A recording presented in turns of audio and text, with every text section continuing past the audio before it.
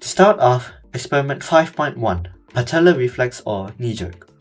The objective for this experiment is to observe the patellar reflex. The method we conducted this experiment is by having the subject sit in a chair cross-legged and using a small tendon hammer, the tendon below the kneecap was struck gently.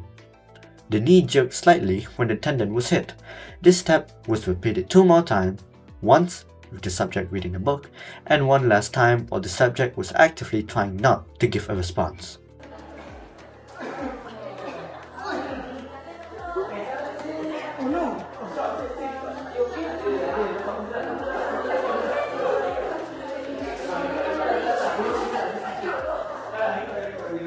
Do you have my hand?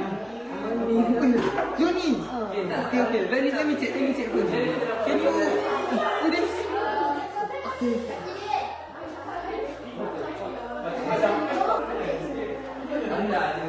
I think your knee is getting better.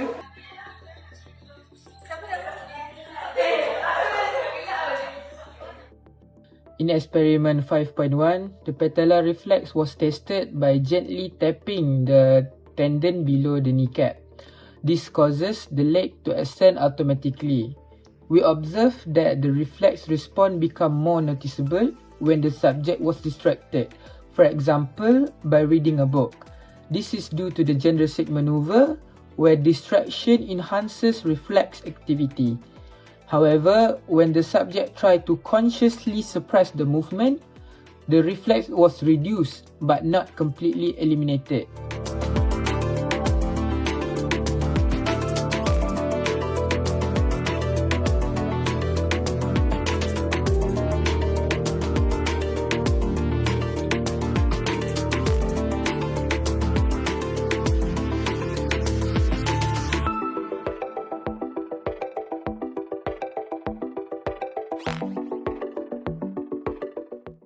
In experiment 5.2, we are going to observe the reflex action of the Achilles tendon and understand how the nervous system controls involuntary responses. First, we remove the subject's shoes and ask the subject to kneel on a chair with their feet hanging freely over the edge. Make sure that the foot is fully relaxed, then lightly tap the Achilles tendon using a small tendon hammer. Next, we repeat the stimulation at a steady rate of about 2 taps per second.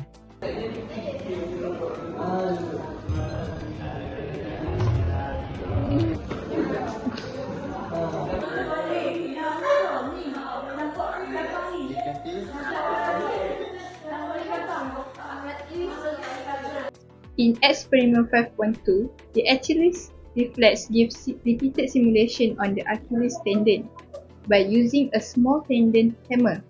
The observation shows that the Achilles tendon causes the ankle to jerk slightly. This is a simple reflex that involves the sacral part of the spinal cord.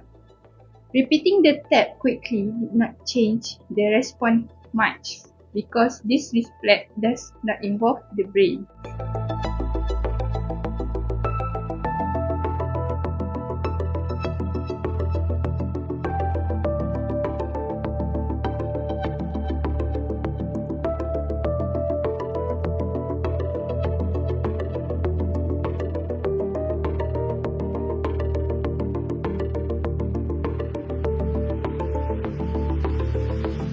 In experiment 5.3, swallowing reflex.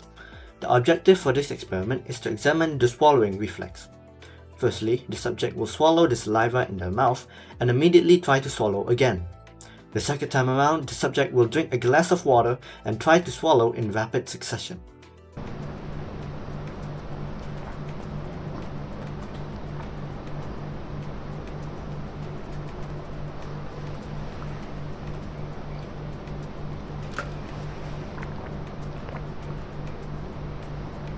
In experiment 5.3, the swallowing reflex was conducted in the subject who swallowed the saliva and then water. Swallowing the saliva was easy at first, but hard to repeat right away because there was no saliva left. After drinking water, swallowing will become easy again. This shows that the swallowing reflex is triggered by the presence of food or liquid in the throat. This reflex is controlled by the brain, which automatically coordinate the muscles of the throat to push the food or liquid down safely.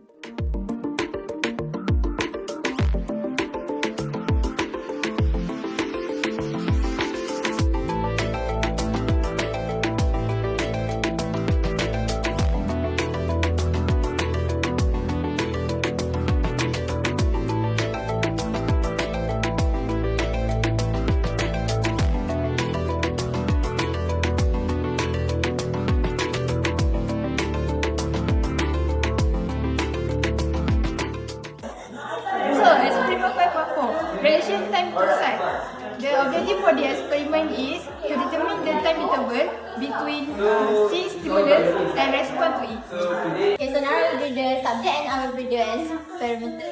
So both experimenter and subject will start the stopwatch together at the same time.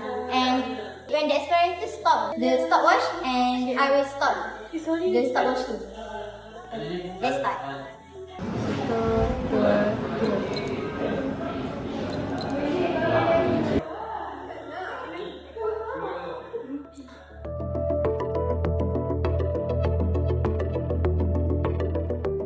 In experiment 5.4, the reaction time to sight needed both the experimenter and subject to have a stopwatch. Both started the stopwatches at the same time. The experimenter will stop the stopwatch first, followed by the subject. The time lapse between the two stopwatches showed how long it took the subject to react. This shows a voluntary action that involves the eye seeing, the brain processing, and the hand movement.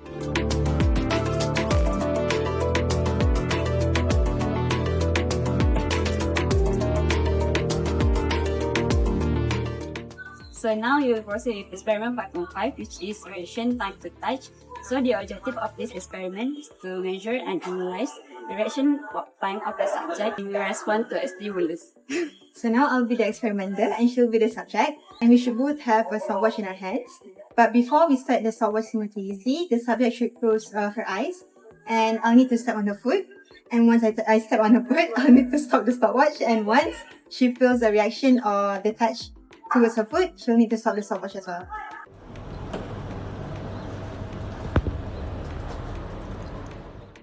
Okay, so now we'll calculate the time difference, and we need to repeat this experiment for 10 times and calculate the time average for this experiment.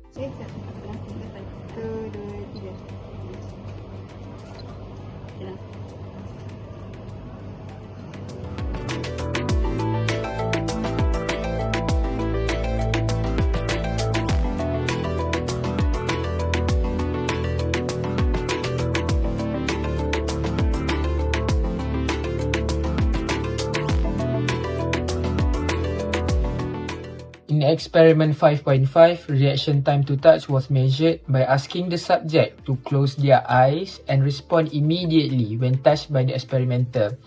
The subject then stopped the stopwatch as soon as they felt the stimulus. The reaction time depends on how fast nerve impulse travel and the length of the neural pathway. Generally, the longer the distance the impulse need to travel, the longer the reaction time.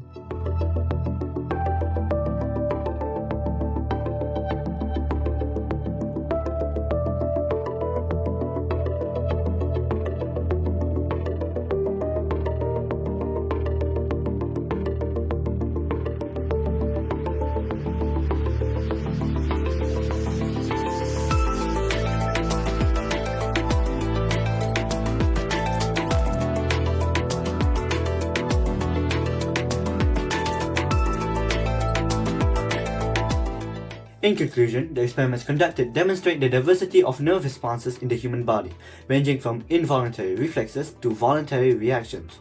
Experiments 5.1 and 5.2 confirm that the spinal reflexes such as the patellar and Achilles reflexes operate largely independent of conscious control, with the patellar reflex notably enhanced by distractions to the Jendrusik maneuver, while the Achilles reflex remained consistent regardless of stimulus repetition due to its limited involvement of the brain. Experiments 5.3 illustrated that the swallowing reflex is a brain-coordinated involuntary response triggered by the presence of liquid or food in the throat, with its repetition limited by the availability of saliva. In contrast, experiments 5.4 and 5.5 highlighted the nature of voluntary reactions, where the brain must actively process sensory input before initiating a motor response. Reaction time to sight and touch both depended on the speed of nerve impulse transmission and the length of neural pathway involved.